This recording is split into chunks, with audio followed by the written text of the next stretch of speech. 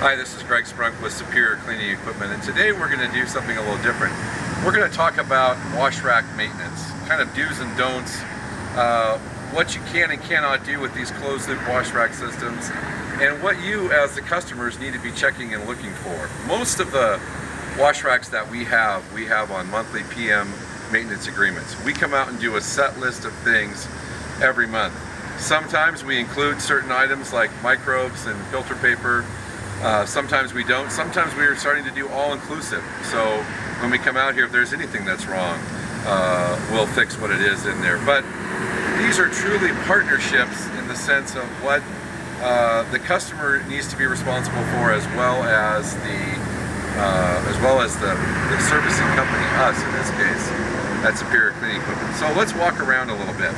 As we've said to a lot of customers, we don't make anything disappear. We put it in places that are easier to deal with it.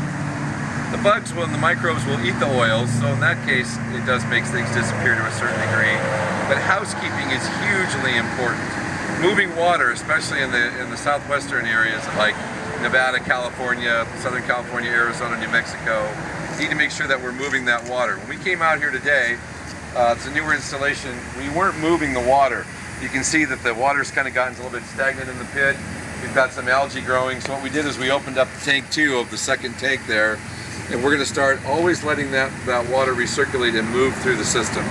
Things that you cannot put on a regular closed loop wash rack. You can't dump oil pans in here, no solvents, no glycols, no antifreezes, no emulsified chemicals. You need to use things in this wash rack, a soap, that will let the oil and water and solids separate out.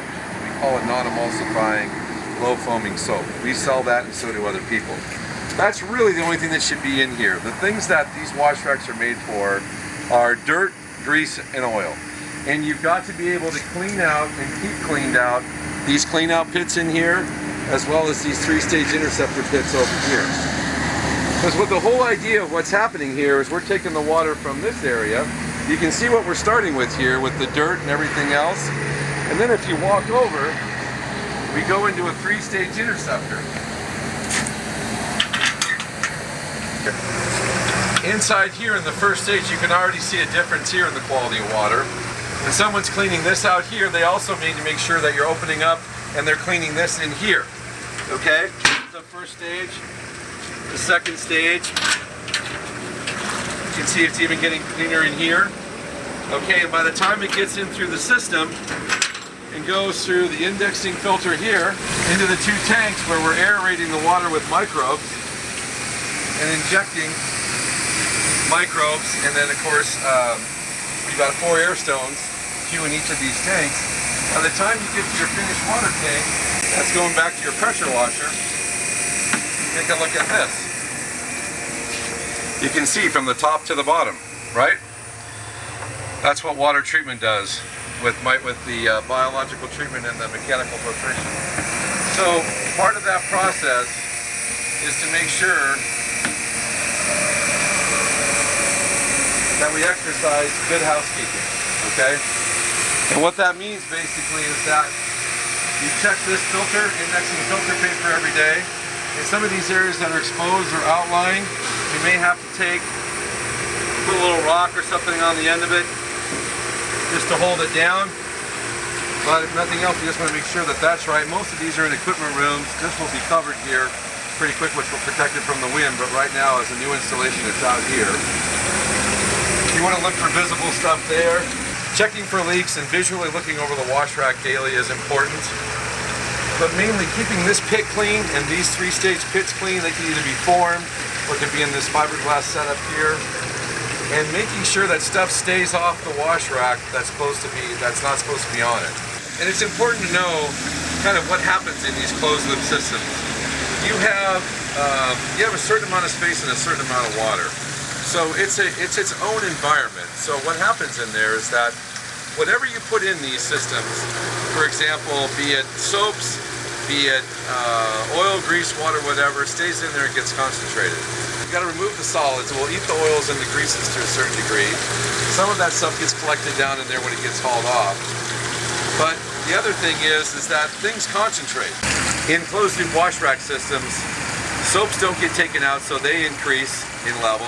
Hardness, total dissolved solids, some of those things that don't get taken out increase. So it's always important to make sure that we have these pits cleaned out and that we have a place for the water to go. If you're in a completely closed loop system with no sewer or nowhere to drain the water or nowhere to get rid of water, then about every 6 months you need to have this whole thing sucked out, including these 2 tanks, and start over with fresh water.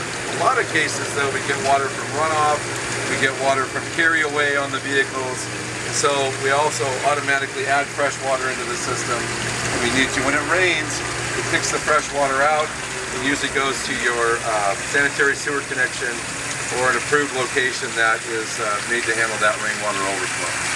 When our techs come out to do monthly PM agreements, we go through a checklist of things. We're going to check to make sure you've got microbes in here, that these air pumps are working, that the diffuser stoves in these tanks aren't clogged. Those are things that if you're under a service agreement, you don't have to worry about. But housekeeping also goes to here. We come out, I want my guys to make sure that they clean up out here, whether it be little wire ties, gloves, things of this nature. But this is a team effort, okay? We want to have a really nice, safe working environment for us, and we want you to have a nice, safe working environment. And so we'd like to make sure that your guys at your company, whichever company we're servicing, keep this wash rack clean, free of debris and trash and things of that nature. We're going to do the same thing when we come out. We want things to be organized, well laid out, easy to see, so we can see where the leaks are. And if there's trash and debris and things around there, not only are we supposed to clean it up, but it makes it easier if you guys have cleaned it up and kept these areas spotless for us to help, diagnose things as well. This PM1000 cabinet is becoming very, very popular because this is what injects the microbes through these air lines into these air stones into the tanks. In this particular case, here's a finished water tank, here's a recycle module. All of the stuff in the cabinets and things of that nature are well labeled, well laid out, and easy to see. These 500-gallon black UV cone bottom tanks with integrated stands we use in a lot of our systems. And what we like about them, and in some cases we'll put auto purge valves on them, in some cases we'll put manual valves on them. What we like about them is that they store a lot of water for pre-treat or as part of the system. Every tank on the bottom of it has a ball valve. You want to open that ball valve all the way open for a few minutes to drain water out of the tank. Water that's settling in the bottom of that tank, and is collecting, we need to go get back out here to the clean out pit. So we open those up just for a quick, short couple of minutes. I'll go shut it off now. So in closing, we really appreciate the business and we appreciate the chance to service our customers. And we know that this is a team effort. You want to get value from us. You want to make sure that we're doing the things that we're supposed to be doing. And we need your help in making sure that the wash rack is a very productive, safe piece of equipment. If there's little things that you noticed, give us a call so we can make sure and put it on for our next service call. If there's a broken valve, leaking fitting, things of that nature. A lot of times when we're on for that once a month for that, half a day or a day, we don't know if certain things happen as soon as we leave or during the next 30 days comes around, or depending on the schedule of your PM agreement. But we want what you want. We want the same things. We want to make sure that things are operating well, that they're doing what they're supposed to be doing. That's what you pay us for. And we look forward to being your partners, and we appreciate the business that you've already given us. And for any questions, you can give us a call at 800-635-4903. My extension is 13. My name is Greg Sprunk. I'm the owner of Superior Cleaning Equipment, and we appreciate your business. It's a dirty world out there, but we can help.